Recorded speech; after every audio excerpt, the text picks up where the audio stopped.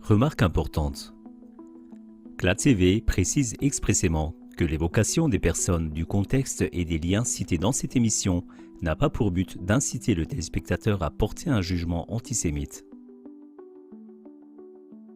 Même si les personnes et les groupes d'intérêt mentionnés dans cette émission agissent sous le drapeau du gouvernement israélien et se font passer pour des juifs, chaque téléspectateur devrait garder à l'esprit que fondamentalement, la violence, quel que soit le camp qui la commet, ne doit pas donner lieu à des jugements racistes. En effet, un examen plus approfondi permet souvent de constater ce qui suit. Les personnes qui se retrouvent sous les feux de l'actualité grâce au journalisme d'investigation détournent l'attention de leurs actes de violence en utilisant ensuite leur groupe religieux ou leur nation comme bouc émissaire ou bouclier. Ainsi, la haine et la violence consécutives sont délibérément dirigées de manière illégale vers la communauté religieuse ou vers cette nation.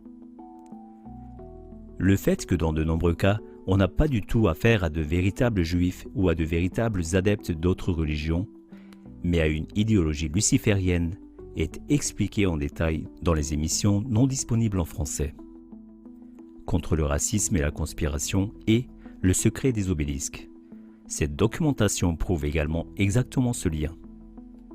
Chaque fois que cette indication sera à nouveau nécessaire au cours du film, soyez attentifs à ce signal. La guerre à Gaza divise notre monde en deux camps, comme peu d'autres sujets. Alors que les uns insistent sur le droit d'Israël à la légitime défense depuis l'attaque terroriste du Hamas du 7 octobre 2023, qui a fait 1139 morts israéliens et enlevé 239 otages, le camp d'en face s'interroge sur la proportionnalité des attaques au vu des 38 000 Palestiniens tués parmi la population civile palestinienne. Des camps de protestation pro-palestiniens ont été installés dans des universités aux États-Unis, mais aussi en Allemagne et en Suisse. L'acteur allemand Dieter Hallervorden a également pris position sur ce sujet en se demandant dans son poème sensible et émouvant intitulé « Gaza, Gaza » si la guerre menée par Israël dans la bande de Gaza ne constituait pas un génocide.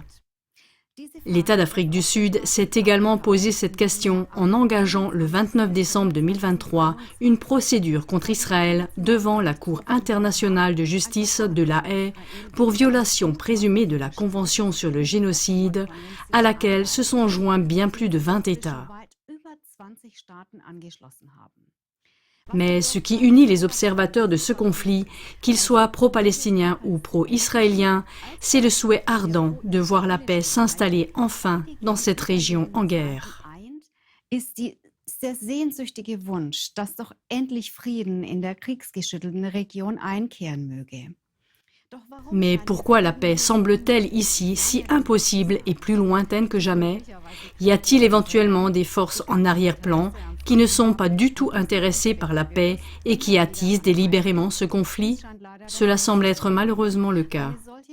Un tel groupe, qui passe inaperçu mais qui exerce une grande influence en agissant manifestement comme un pyromane, est le mouvement mystique religieux Chabad Lubavitch, qui se fait passer pour un mouvement de juifs orthodoxes inoffensifs. Attention, veuillez tenir compte de la remarque préalable correspondant à ce signal. Comme nous le verrons plus tard, ce mouvement extrêmement radical aspire à la venue du Messie et tente de la déclencher activement en créant, selon lui, les conditions nécessaires à cet effet. Une condition nécessaire est que l'Armageddon se soit produit auparavant sous la forme d'un énorme bain de sang. Les partisans d'une telle idéologie ne sont donc logiquement pas intéressés par la désescalade et la paix pour les deux peuples, car selon leur vision du monde, cela ne ferait que retarder la venue du Messie. On pourrait argumenter qu'il y a toujours eu des sectes avec des visions du monde aussi bizarres et que seuls quelques marginaux se laissent enthousiasmer par de telles thèses.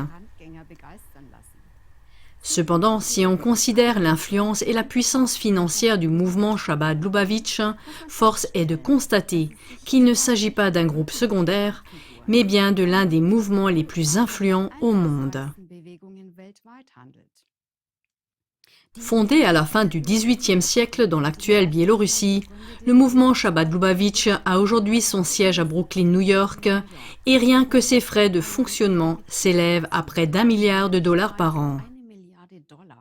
Et c'est sans compter les coûts de construction de leurs nouveaux bâtiments, qui engloutissent souvent plusieurs millions de dollars, comme par exemple le campus Chabad à San Diego, qui a coûté 25 millions de dollars.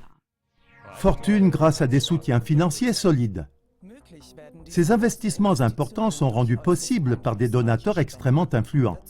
Il s'agit par exemple d'Eduardo Elstein, le plus grand entrepreneur immobilier d'Argentine et président de Chabad Argentine.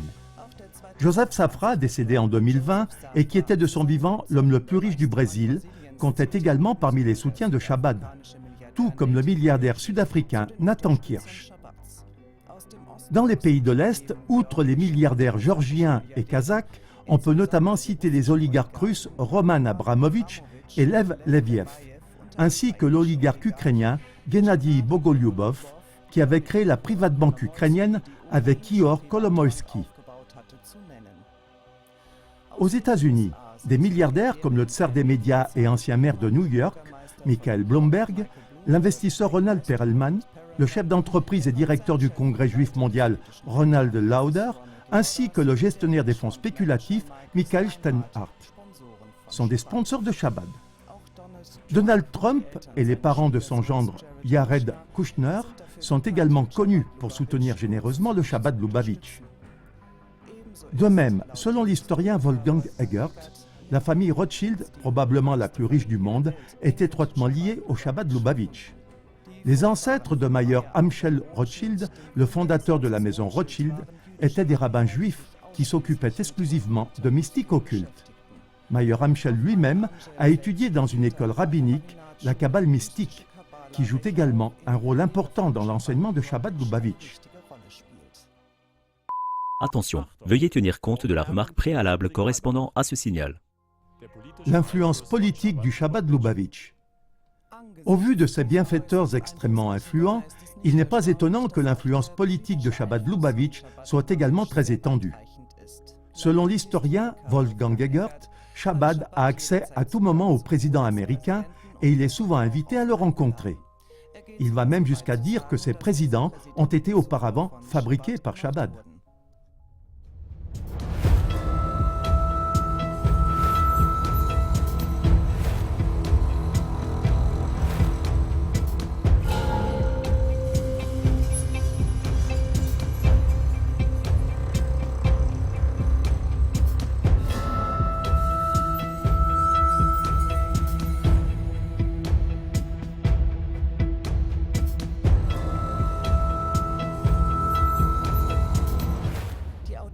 L'auteur Sue Fishkoff le résume ainsi.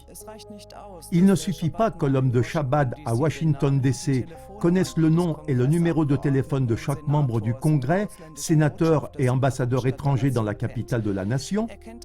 Il connaît également leurs assistants législatifs, leurs secrétaires et les personnes qui nettoient leur bureau. Aux États-Unis, Menachem Mendel Schneerson, le grand leader du mouvement Chabad, le Rebbe, a même une fête qui lui est dédiée, la journée de l'éducation et du partage, qui est célébrée chaque année le jour de son anniversaire depuis 1978. Tous les présidents américains depuis Richard Nixon ont honoré le Rebbe et signé des déclarations en son honneur.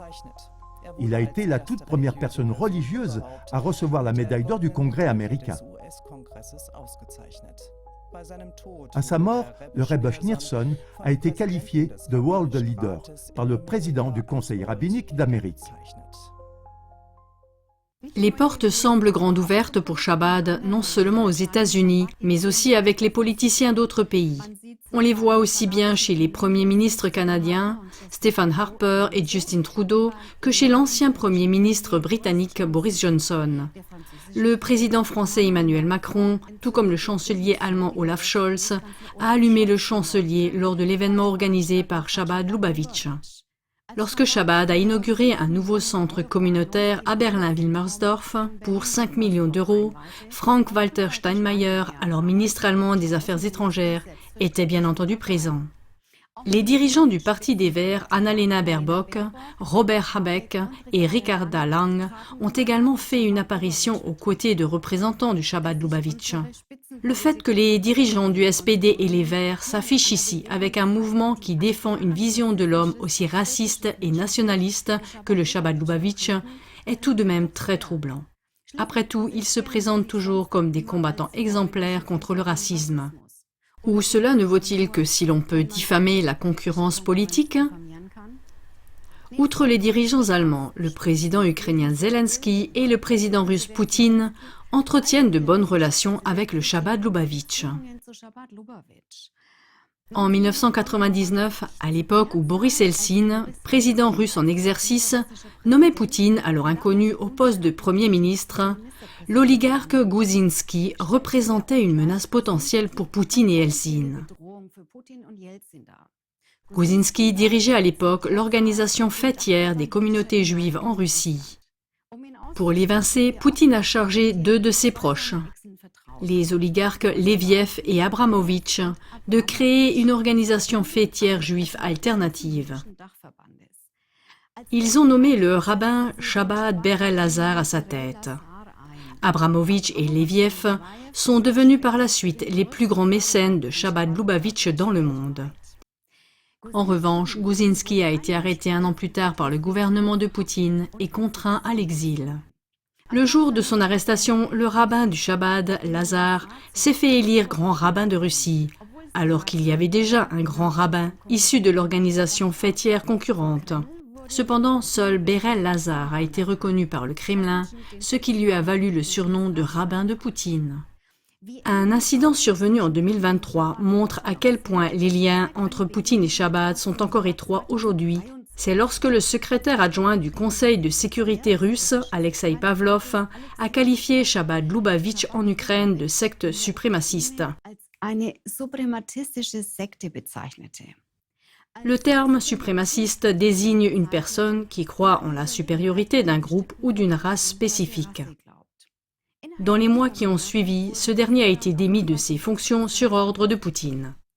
Mais Pavlov avait-il vraiment si tort en disant cela? Si on examine de plus près la citation suivante du fondateur de Chabad Lubavitch, Shnoyer Zalman, celui-ci croit manifestement très bien en la supériorité de sa propre race. Attention, veuillez tenir compte de la remarque préalable correspondant à ce signal. Les âmes des non-juifs sont d'une qualité totalement différente et d'une mauvaise qualité. Ils sont absolument mauvais. Tous les juifs ont toujours été intrinsèquement bons, tous les gentils intrinsèquement mauvais. Le fait qu'il ait écrit dans son livre Tanja, qui reste l'ouvrage de base du mouvement, montre bien qu'il ne s'agit pas d'une simple erreur de Shnoyer Zalman. Citation du chapitre 1. Les âmes des peuples, en revanche, proviennent du reste des kélipotes impurs qui ne contiennent rien de bien. Citation du chapitre 6. Les kélipotes, les forces du mal, sont cependant divisées en deux degrés, l'un inférieur à l'autre. Le degré inférieur est constitué des trois kélipotes totalement impurs et mauvais, sans le moindre bien. C'est d'eux que proviennent et s'écoulent les âmes de tous les peuples du monde. De même, les âmes de toutes les créatures impures et interdites à la consommation proviennent de ces kélipotes, ces forces du mal. Attention, veuillez tenir compte de la remarque préalable correspondant à ce signal. Zalman place ainsi les âmes des non-juifs au niveau d'animaux impurs, et le mouvement ne s'est pas distancié de ces déclarations jusqu'à aujourd'hui.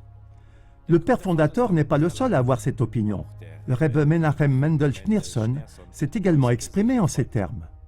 Attention, veuillez tenir compte de la remarque préalable correspondant à ce signal. Deux types d'âmes opposées existent. L'âme non juive provient de trois sphères sataniques, tandis que l'âme juive est issue de la sainteté. Voici une autre citation du Rebbe. Voici ce qu'il faut dire à propos du corps. Attention, veuillez tenir compte de la remarque préalable correspondant à ce signal. Le corps d'une personne juive est d'une qualité fondamentalement différente de celle du corps des membres de toutes les autres nations du monde. Toute la réalité du non-juif est d'une pure insignifiance. Toute la création n'existe qu'à cause des juifs. Attention, veuillez tenir compte de la remarque préalable correspondant à ce signal. Il faut cependant noter qu'avec cette vision raciste de l'homme, le Chabad Lubavitch ne se base pas sur la Torah et le judaïsme, mais déforme gravement l'enseignement juif. Si l'on étudie la Torah, il apparaît clairement que Dieu ne considère pas simplement Israël comme un peuple divin sublime, mais qu'il atteste au contraire à son peuple qu'il l'a choisi comme le plus petit d'entre les peuples. Dieu voulait amener Israël à inciter les autres peuples à faire le bien par son exemple, et non pas simplement à asservir et à opprimer brutalement les autres peuples. Si Dieu est intervenu avec Israël auprès des nations païennes, c'est avant tout parce que celles-ci s'étaient engagées dans des sacrifices sataniques d'enfants et des pratiques similaires. Chaque fois qu'Israël tombait lui-même dans ces pratiques comme le culte de Baal et de Moloch, il était également puni par Dieu et finalement même envoyé en exil en Assyrie ou à Babylone. Pour plus de détails sur ces relations, vous pouvez consulter la brochure intitulée « Yahvé, Dieu créateur ou diable » d'Ivo Sazek. Même si Dieu a commencé par Israël en tant que peuple, il a toujours voulu être le Dieu de tous les hommes.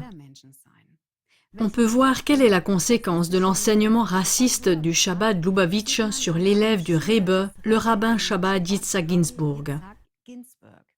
Après que des élèves de son école religieuse ont abattu une jeune Palestinienne de 13 ans, Ginsburg a commenté l'événement comme suit. Attention, veuillez tenir compte de la remarque préalable correspondant à ce signal. Il devrait être reconnu que le sang juif et le sang d'un goy ne sont pas la même chose. Le rabbin Chabad Ginsburg a également salué l'acte de Baruch Goldstein qui avait tué 29 Palestiniens et en avait blessé 150 avec son arme à feu et l'a qualifié de martyr. Avec cette division entre juifs et non-juifs, les dirigeants du Chabad Lubavitch conduisent délibérément les gens sur la mauvaise voie d'une division raciste. Au lieu de qualifier Goldstein de meurtrier de masse, comme dans l'exemple cité, Chabad Rabbi Ginsburg discute du sang juif et du sang non-juif. D'une part, Ginsburg tente de dissimuler les actes odieux de Goldstein derrière sa nationalité, et d'autre part, il associe tous les juifs à cet attentat terroriste, même s'il ne l'approuve pas du tout. Ce faisant, il attise lui-même la haine des juifs et détourne la colère des victimes de manière ciblée vers tous les juifs, plutôt que vers les véritables terroristes. En agissant de la sorte, les dirigeants de Chabad Lubavitch se révèlent être des ennemis du peuple juif. Il est inquiétant de constater que cet état d'esprit de déshumanisation des autres peuples, prôné par le Chabad Lubavitch, s'est propagé jusqu'aux cercles les plus avancés de la politique israélienne. Eli Ben-Dahan, alors vice-ministre israélien de la Défense, a déclaré en 2013 à propos des Palestiniens « Pour moi, ils sont comme des animaux, ce ne sont pas des êtres humains ». Yoav Gallant, ministre israélien de la Défense, le 9 octobre 2023. Nous imposons un siège complet à Gaza. Il n'y aura plus d'électricité, plus de nourriture, plus de carburant. Tout sera fermé. Nous combattons les animaux humains et agissons en conséquence. Daniel Hagari, porte-parole de l'armée israélienne, le 10 octobre 2023. Nous larguons des centaines de tonnes de bombes sur Gaza. L'accent est mis sur la destruction, pas sur la précision. Tali Gottlieb, député du Likoud, le 10 octobre 2023. Tirer sur Gaza sans pitié. Gaza doit être détruite et rasée. Sans pitié. Sans pitié. Galit Distel Atbarian, députée et ancienne ministre de l'Information d'Israël, en novembre 2023. Investissez votre énergie dans une seule chose, effacer Gaza de la surface de la terre. Une armée israélienne vindicative et cruelle est nécessaire. Tout le reste est immoral, tout simplement contraire à l'éthique. Dan Gillerman, représentant permanent d'Israël auprès des Nations Unies de 2003 à 2008. Je m'étonne de la préoccupation constante que le monde manifeste pour le peuple palestinien, pour ces animaux horribles et inhumains qui ont commis les pires atrocités que ce siècle ait connues. Mordechai Kedar, scientifique israélien à l'université Bar Ilan en Israël en novembre 2023. Je ne mettrai pas les Palestiniens au même niveau que les animaux, car ce serait une insulte pour les animaux. Le chef du gouvernement israélien, Benjamin Netanyahou, a fait de même en rappelant, lors d'une conférence de presse concernant la guerre de Gaza, le commandement biblique de se souvenir de ce que les Amalicites ont fait à Israël. Nous nous souvenons et nous nous battons. Il assimile ainsi les Palestiniens au peuple d'Amalek, qui devait être exterminé par le peuple d'Israël dans l'Ancien Testament. Cette déclaration indique-t-elle qu'un génocide est en train d'être perpétré contre les Palestiniens? Netanyahou entretient depuis des décennies une relation étroite avec le Chabad Lubavitch et reçoit régulièrement les conseils des rabbins de Chabad Lubavitch. Voici une vidéo du jeune Netanyahou avec l'icône du Chabad Lubavitch, le Rebbe Menachem Mendel Schneerson. Bonne réussite. Je ne vous ai pas vu depuis longtemps. Bénédiction et succès. Une double portion de bénédiction. Je suis venu vous demander votre bénédiction et votre aide. En tout, dans tous les domaines, aussi bien personnels que politiques. Beaucoup de choses ont évolué depuis notre dernière rencontre. Beaucoup de choses ont évolué. Ce qui n'a pas changé, en revanche, c'est que le Messie n'est toujours pas arrivé. Alors faites quelque chose pour accélérer sa venue. Nous le faisons. Manifestement, ce n'est pas suffisant, car de nombreuses heures se sont écoulées aujourd'hui et il n'est toujours pas là. Mais il reste encore quelques heures dans la journée, alors essayez encore aujourd'hui. Oui, de bonnes nouvelles avec joie et bonheur. Schneerson demande à Netanyahou de provoquer la venue du Messie. Mais qu'est-ce que cela signifie? Avant que le Messie ne puisse venir, selon cette doctrine, le monde doit passer par l'Armageddon, par une grande tribulation, une déchéance morale, des invasions et de la confusion, et surtout de violentes guerres. Le rabbin Eliyahu Kin déclare « La troisième guerre mondiale, face à laquelle la seconde guerre mondiale ressemblera à un jeu d'enfants, sera le début de la libération. » Se pourrait-il donc que Netanyahou accélère la venue du Messie en laissant la guerre du Proche-Orient escalader jusqu'à ce qu'elle soit comme un feu qui embrase le monde entier? En effet, selon une prophétie des années 90 du Rebbe Menachem Mendel Schneerson, Netanyahou sera le premier ministre qui remettra le sceptre au Messie. C'est donc une grande incitation pour Netanyahou à tout faire pour atteindre cet objectif. Actuellement, la situation semble s'aggraver de plus en plus. En effet, en septembre 2023, des vaches rousses spécialement élevées au Texas ont été introduites dans le pays. Selon la tradition des cercles religieux fanatiques, les cendres d'une vache rousse sacrifiée seraient l'une des conditions préalables à la construction d'un temple. Le porte-parole du Hamas, Abu Obaïda, a même cité les vaches rousses apportées en Israël, dont le sacrifice doit servir de préparation rituelle à la construction du temple, comme l'une des raisons de leur guerre. Des forces radicales comme le Temple Institute de Jérusalem admettent ouvertement que leur objectif est de construire ce troisième temple à son emplacement d'origine. Cela signifierait que la mosquée d'Al-Aqsa, le troisième lieu de culte le plus important de l'islam, ainsi que le dôme du rocher, devraient céder leur place, ce qui provoquerait probablement une escalade définitive du conflit entre le monde juif et le monde islamique.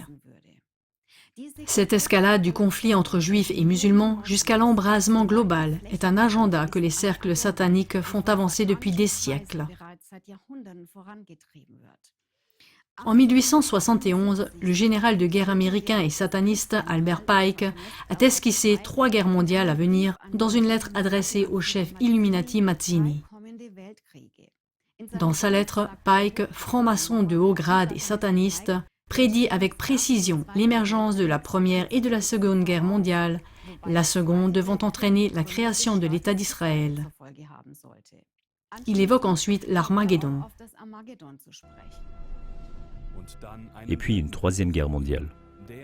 Celui-ci doit naître au Moyen-Orient et il s'agira d'une guerre entre le judaïsme et l'islam, qui se propagera dans le monde entier. Cette guerre entre les musulmans et le judaïsme est censée provoquer définitivement cet Armageddon. Jusqu'où ces cercles sont prêts à aller pour réaliser leur délire, c'est justement ce que montrent les Rothschild, étroitement liés au Chabad Lubavitch, et la persécution des Juifs sous le Troisième Reich. Edmond de Rothschild a massivement encouragé l'installation des Juifs en Israël à la fin du XIXe siècle, car selon les interprètes kabbalistiques, les Juifs doivent retourner sur leur terre pour que les prophéties de la fin des temps puissent s'accomplir. À l'époque, il n'y avait que quelques milliers de Juifs en Israël, et les Rothschild ont essayé de motiver les Juifs à revenir en Israël en les soutenant financièrement. Dans les années 1920, à l'époque de la République de Weimar, peu de Juifs étaient prêts à abandonner leur pays pour partir dans le désert. 60% des Juifs étaient mariés à des Allemands et en voie d'assimilation avec eux. Cela a été une épine dans le pied des Rothschild et des autres cercles sionistes fondamentaux. Comme plusieurs historiens peuvent le prouver, les Rothschild et leurs alliés de Wall Street, comme les Rockefeller, les Warburg et les Harriman, ont financé l'ascension d'Adolf Hitler à hauteur de plusieurs millions de dollars. Hitler a également reçu des millions à travers la Royal Dutch Shell, que les Rothschild contrôlaient avec la famille royale néerlandaise. L'ancien chancelier allemand Heinrich Brüning écrivait à la fin de la Seconde Guerre mondiale: l'un des principaux facteurs de l'ascension d'Hitler a été le fait qu'il a reçu d'importantes sommes d'argent de pays étrangers en 1923 et plus tard. Le financement du parti nazi, en partie par des personnes dont on attendrait le moins qu'elles le soutiennent, est un chapitre en soi. L'ascension d'Hitler a poussé de nombreux juifs à émigrer réellement d'Allemagne par crainte des nazis. Beaucoup n'avaient pas d'autre choix que de se rendre en Palestine, car sous la pression du lobby sioniste, de nombreux États d'émigration favorisés, comme les États-Unis, l'Australie et le Canada, ont rejeté les immigrants juifs. En forçant les Juifs à s'installer en Palestine, les sionistes se sont révélés être les exécutants du plan d'action de Pike, qui avait explicitement esquissé la création de l'État d'Israël comme objectif de la Seconde Guerre mondiale. Dans ce contexte, il est intéressant de noter la réponse du Rebbe Lubavitch Schneerson à la question de savoir comment la persécution des Juifs a pu avoir lieu sous le Troisième Reich si le Dieu d'Israël dirigeait le monde. Selon l'écrivain israélien Yoram Kaniuk, le Rebbe a déclaré qu'il y avait une branche pourrie dans le judaïsme qui devait être sciée. Si Schneerson a vraiment dit cela, il convient de souligner ici que de telles attitudes inhumaines ne sont pas compatibles avec le véritable judaïsme. Comme l'apôtre Paul l'a déjà affirmé en Romains 2, versets 28 et 29, « Car n'est pas juif celui qu'il est extérieurement, mais celui qu'il est intérieurement. » C'est particulièrement vrai pour ces familles, comme les Rothschild et les Rockefeller, qui utilisent régulièrement leurs origines juives comme bouclier lorsque leurs mauvaises actions sont critiquées. Ils sont peut-être d'origine juive, mais leurs œuvres montrent qu'ils ne sont pas juifs par essence. En réalité, comme Jésus l'a déjà démontré dans Apocalypse 3, verset 9, ils se disent « juifs » et ne le sont pas, mais sont une synagogue de Satan. Celui qui, au nom de son idéologie, livre des centaines de milliers de personnes à une mort atroce dans des guerres, est véritablement possédé par Satan. À propos de la synagogue de Satan, chez Chabad Lubavitch, il y a des signes évidents de pratiques occultes. Par exemple, lorsque le pape Jean-Paul II a annoncé sa visite en Israël au tournant du millénaire, des activistes du Chabad ont effectué le rituel de mort Pulsa Dinura. La chaîne de télévision Channel 2 a même retransmis le rituel à la télévision. Les participants ont maudit le chef de l'Église catholique en le qualifiant d'ennemi d'Israël. Et ils ont adressé des appels de magie noire sur des cornes de bouc au monde des esprits afin qu'il fasse descendre la mort sur le pape. Un mois avant la mort de l'ex-chef d'État israélien Yitzhak Rabin, promoteur du processus de paix, un rituel de ce type a également été organisé devant sa maison par des rabbins extrémistes. Avec ses visions d'Armageddon, Chabad est sur la même ligne que le sataniste et franc-maçon Albert Pike. Ce dernier, tout comme Chabad Lubavitch, s'orientait vers la Kabbale mystique et il semble que Chabad Lubavitch soit l'un des groupes qui se sont attelés à la réalisation des plans d'Albert Pike. L'une des personnes clés dans ce jeu est le Premier ministre Netanyahou, qui est sous leur influence et qui pousse de plus en plus loin la confrontation avec les musulmans. Même si Netanyahou se montre toujours très patriotique, il est très douteux que l'escalade qu'il attise serve réellement les Juifs. En effet, Pike a expliqué ce qui suit dans sa lettre sur le conflit. La Troisième Guerre mondiale doit être déclenchée en exploitant les divergences entre les sionistes politiques et les dirigeants du monde islamique. Divergences causées par les agents des Illuminati. La guerre doit être menée de manière à ce que l'islam, le monde arabo-musulman et le sionisme politique, l'État d'Israël, se détruisent mutuellement. Il est clair ici que les Juifs et les Palestiniens sont tous deux sacrifiés sur l'autel de ces satanistes. Même si les défenseurs de cet agenda aiment se faire passer pour des Juifs et stigmatiser toute critique comme antisémite, en réalité ce sont eux, les véritables antisémites, qui utilisent les Juifs et les musulmans comme des pions dans leurs plans infâmes. Il ne sert donc à rien de se ranger soit du côté des Palestiniens, soit du côté des Israéliens, car les deux camps sont victimes des pyromanes à l'arrière-plan. Comme le montre le documentaire intitulé « Israël, le mystère dévoilé », les dirigeants israéliens n'ont pas été simplement surpris par l'attaque du Hamas en octobre 2023, mais ils ont littéralement invité ces combattants à commettre leurs actes horribles en les laissant passer sans encombre la frontière, normalement la plus sécurisée au monde, afin de pouvoir ensuite déclencher cette guerre. Les dirigeants du Hamas au Qatar vivent dans une richesse incommensurable, tandis que leur peuple dans la bande de Gaza croupit dans la pauvreté. Les trois principaux dirigeants du Hamas pèsent ensemble 11 milliards de dollars. D'où proviennent leurs richesses? Certainement pas des dons de leur propre population.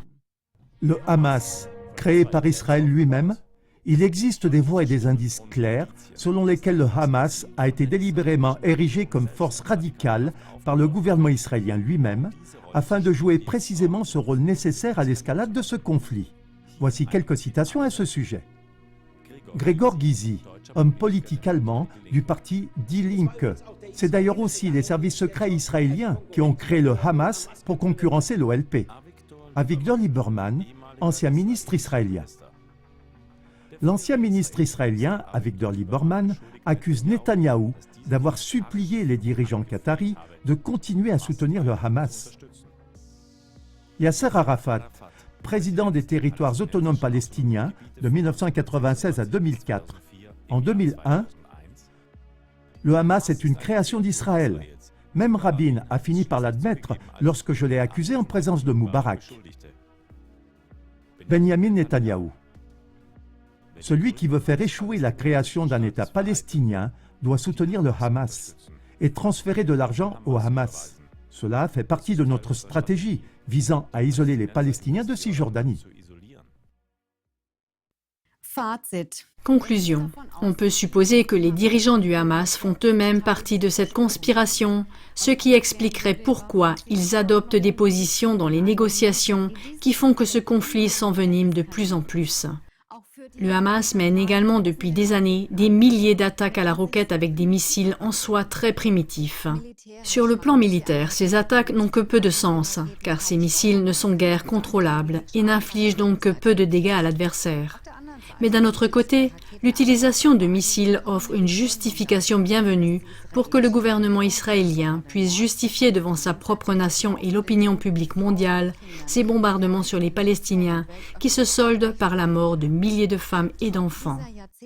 Malgré ces décennies d'expériences négatives, le Hamas persiste dans ses attaques néfastes et insensées pour son peuple.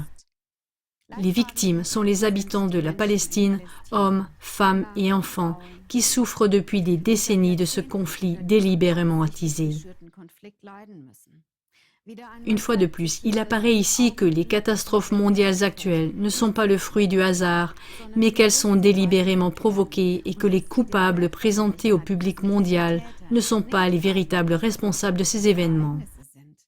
Dans ce cas, les Palestiniens et les Israéliens sont les victimes de ces commanditaires fanatiques et radicaux, ce qui a déjà coûté et coûtera la vie à d'innombrables personnes innocentes si ces processus ne sont pas stoppés.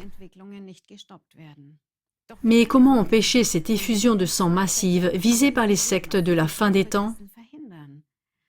Après que ces cercles conspirateurs ont complètement déformé les paroles de la Bible et qu'ils ont voulu imposer un Armageddon sanglant sur la base de ces déformations fatales, nous aimerions à la fin de cette émission faire référence à la manière dont la Bible décrit la fin de ces conspirateurs. Elle promet la victoire sur ces forces conspiratrices au moment précis où les personnes qui portent la vérité et la justice dans leur cœur s'uniront pour mettre en lumière ces sombres projets. Ce travail d'information est appelé dans la Bible le souffle de la bouche, et c'est précisément ce souffle qui fera encore tomber les bellicistes apparemment tout-puissants.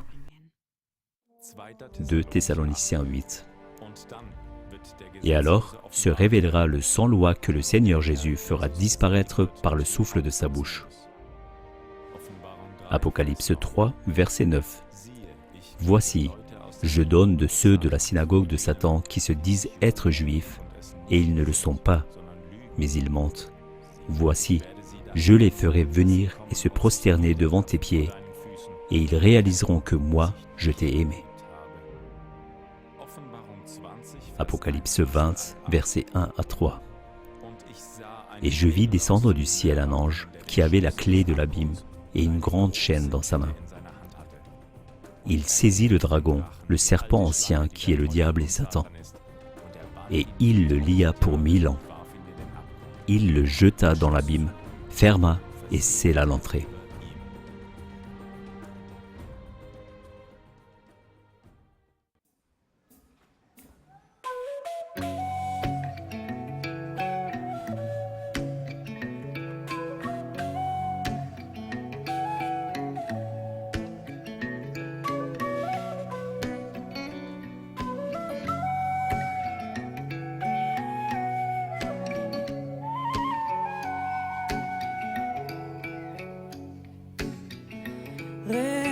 רכישת רוח ים מנשבת מאי שם וכביסה מתנפנפת לצילי החומה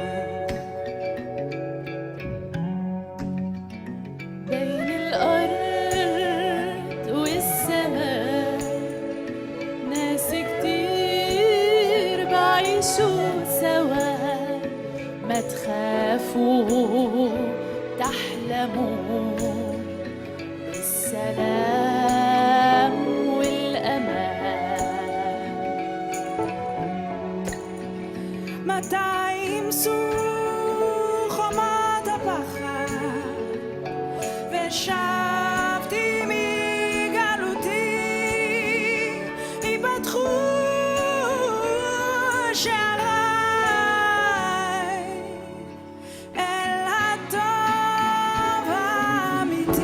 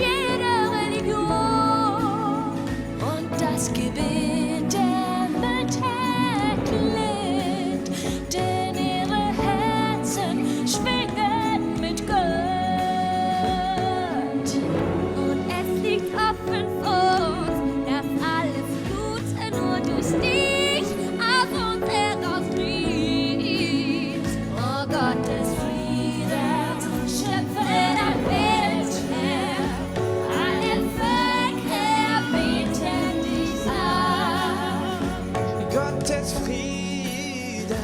From the north to the south, from the west to the east, hear the prayer of the mother. Bring them peace, bring them peace. From the north to the south, from the west, sound the sharpest mouse